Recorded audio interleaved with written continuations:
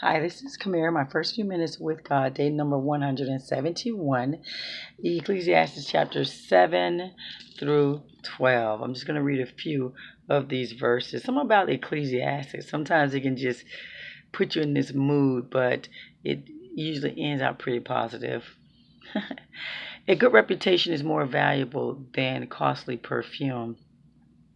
It's better to be criticized by a wise person than praised by a fool. Finishing is definitely better than starting.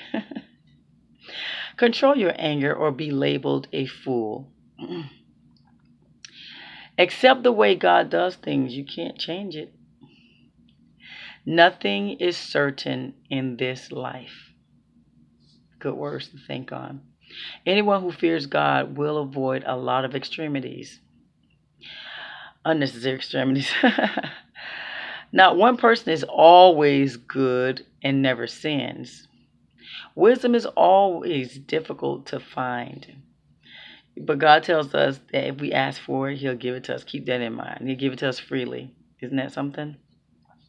God created people to be virtuous, but each of us turn to follow our own downward path. Those who are wise will find a time and a way to do what is right. When crime is not punished quickly, people feel it is safe to do wrong. Isn't that something? And no one can discover everything God is doing under the sun. Nobody, no matter what they claim, they can't tell you everything God is doing under the sun. They just can't. And this person who we know to be King Solomon, the wisest man God ever created, he talks about death and enjoying life. He says, eat and drink with a happy heart. He said, God approves of this.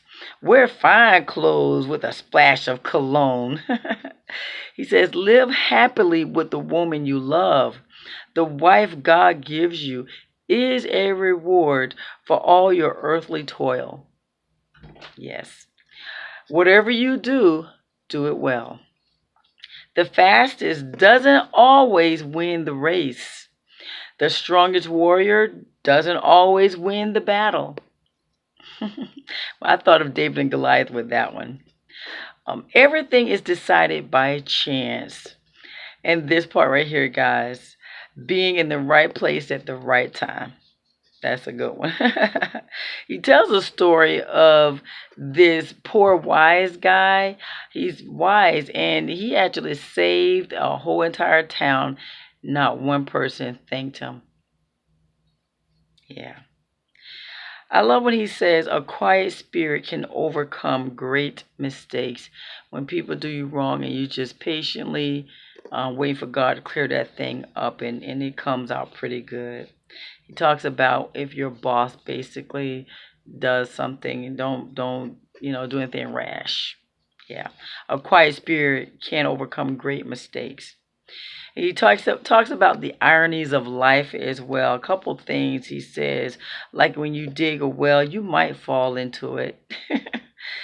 You demolish an old wall, you might get bitten by a snake. So he says a few of those things. He says the value of wisdom helps us to succeed. That's pretty valuable. He talks about investments. I love when some of the things he said about investments. And one of the things he says, and this is so true, a farmer who waits for perfect weather, he never plants. There is no, you don't wait for perfect. You do what needs to be done. I love that. And another thing he said was plant in the morning, stay busy. You don't know which activity will bring you profit. Stay busy. Don't just do a little bit. Keep busy. He tells the young people to enjoy life. Do everything. Enjoy it. He says, but remember God. Don't wait until you're old and decrepit. Don't do that. Or when you die, Then he says in his conclusion, fear God and obey his commands. He says, this right here is everyone's duty. So Solomon says some good stuff, guys. And that's day number 171, Ecclesiastes chapter 7 through chapter 12. You have a God-filled, blessed day.